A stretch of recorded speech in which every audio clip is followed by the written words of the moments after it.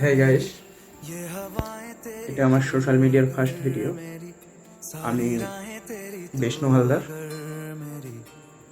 আমি ছবি আঁকি এবং আমি রিসেন্টলি 4 মাস মতো আগে একটা বাবা মহাদেবের ছবি এঁকেছিলাম, যেটা কোনো ভিডিও শ্যুট করা হয়নি।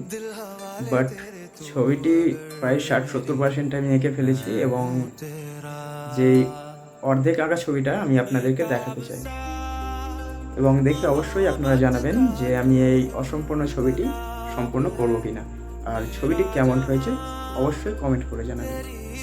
ধন্যবাদ। Thank you.